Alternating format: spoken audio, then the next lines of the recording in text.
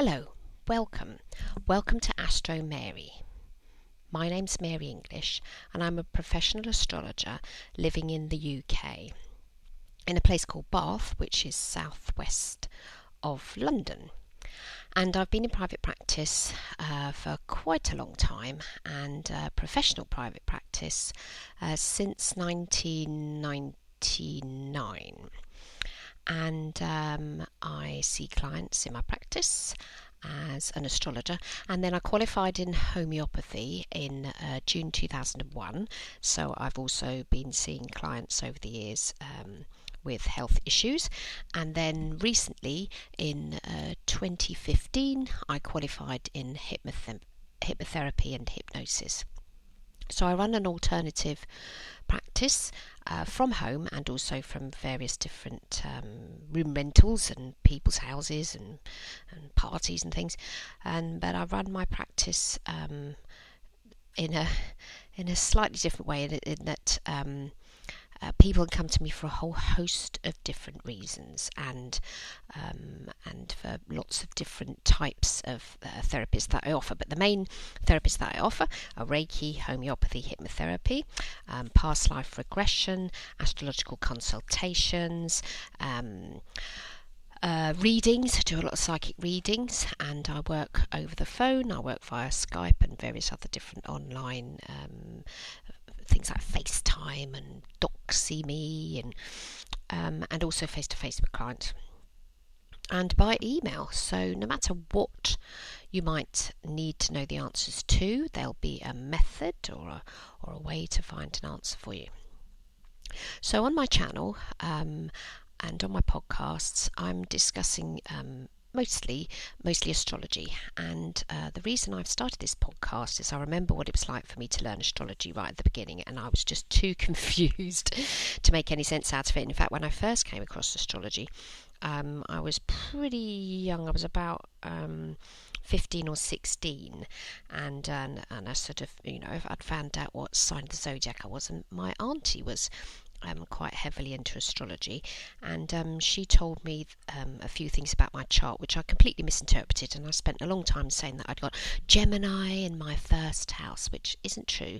I've got a Leo ascendant and moon in Gemini. My moon's in the 10th house, so I got that completely wrong, but I remembered the Gemini bit, which was good.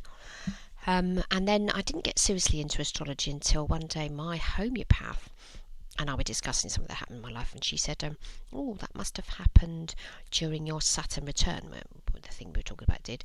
And I thought, but whatever's a Saturn return, whatever's she talking about? I've never even heard of Saturn. What's Saturn? I knew a bit about astrology and stuff. I knew I was a Pisces, but that was as far as it went. Of course, this Saturn thing she's talking about. So I went home and investigated, and I looked up, what Saturn was and what did it all mean, and then I got myself a really, really cheap astrological program called Zodiac, and the only reason I bought it was because it cost a tenner. If there'd been anything more than that, I don't think I would have been bothered. And it was such a fabulous little program. It isn't available anymore. It was written for Windows 90. But it was very, very visual, and I'm a very visual person, and I really, really enjoyed putting data in and having these birth charts there in front of me, and all going, look at the shapes of that, and doesn't that look interesting? And then I learned a lot more about myself, and I think that was what made the difference for me, is that when I learned so much about my own chart, the way astrology is in the West these days is a form of psychological exploration. You learn a lot about your own psychology, and I really, really loved that. So it was a sort of form of self-therapy. Great. And I learned, why I didn't get on with my mother when I was younger. And then when I learned about astrology, I realised it wasn't so much I didn't get on with my mum, I didn't get on with my own moon. So my moon and my sun were square to each other. I've got sun Pisces, moon Gemini, and in astrology those two signs, Pisces and Gemini, what we call square to each other. They're at an angle of 45 degrees, so they don't get on and or get along, as they say in America. So that was amazing. In fact, I got on much better later with my mother, when I actually became a mother myself, and there was a big realisation. I thought, crikey, she had 5 kids. I've only got one, and I could barely get out of bed and get dressed. Deep respect. How did she do that? So it's funny how you really can't appreciate something until you experience it yourself, and that was a biggie for me.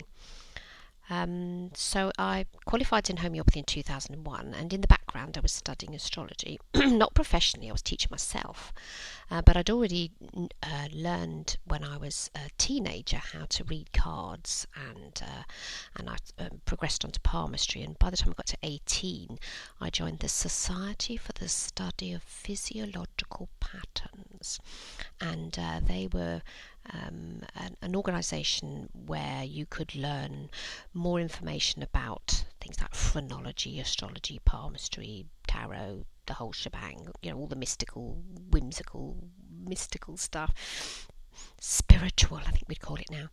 And I used to go to sort of lectures and stuff, and as I say, when I was 18 I joined that organisation, and I thought, I'm going to be a professional palmist. And I managed it for about 6 months, and then nearly starved to death and couldn't make enough money to pay the bills. So I went back into retailing, which is where I've been, and I stayed in that until I got to become a mother myself. And then I got fed up with retailing, and I thought, I'd like to go back to this ability that I'd developed from a young age, with the reading hands and reading cards, and then I soon after I sort of started in private practice, I thought, well, it'd be safer for me to learn some sort of counselling skills, because when you're working with people, you need to be safe with working with people's emotions, because that's what I work with all the time. So in 2003, I gained, was it 2003 date of issue? Yeah, 2003 I got a certificate in Introduction to Counselling Concepts. So that was just a couple of years after I gained my diploma in homeopathy, because being in private practice, working with sick people, it's not just the therapy that you work with the client with, you also need to be working with their emotions. So I feel now that I'm reasonably qualified to be able to, I've got lots of experience now, it's more than 15 years, but I feel that I'm experienced enough to feel confident in what I do, and I'd like to impart some knowledge onto other people. So I find astrology infinitely helpful to understand where someone's coming from, and one of the most asked questions I get is, am I on my life path? Most of the time the answer is yes. I tend to sort of think that if you're asking that question, you must be reasonably near there. But that's the thing that I get asked the most from clients: am I on my path? And then if they feel they're not, then we can work out what would help them to get onto their path and get wherever it is they need to be going. So in these podcasts, I'm going to be helping you learn astrology, but in a completely different way. Majority of astrology is taught, so you have to learn all the symbols first. You have to learn about the qualities and the elements and the signs before you can do anything. Well, I do it in a different way. I, with my students, help them initially get into astrology just by doing chart shapes. So this is the first few podcasts we're going to be discussing the shape of a chart, not all the ins and outs and the maths and but just the shapes of charts. So do follow along with me, do listen, do tell your friends that they can learn quite a lot about astrology by tuning in. And if you want more information about the services that I offer, please go to my website, which is mareenglish.com. I'm the author of more than 14 books on astrology, and there's one for each sign of the zodiac, so no matter what sign of the zodiac you are, I will have written a book to help you understand yourself. And in there is information on how to do what we're going to be doing in these podcasts, how to make your chart. And I'm also the author of the Astrology of Indigos, Everyday Solutions to Spiritual Difficulties. That's only at the moment available as an ebook, but that's for the indigo generation who were born between 79 and 99. So in later podcasts I will be talking more about indigo charts and what they're all about and what it all means. and I've also written a teeny little ebook, which is 6 Easy Steps in Astrology, which is how I teach astrology. I teach over 6 weeks. It's a 6-week course. It's an introduction, but it's a very valid introduction. It will help you have a firm foundation in what it is all about. So that's just a little bit of information about me and what I'm going to be offering you, and I hope you enjoy it.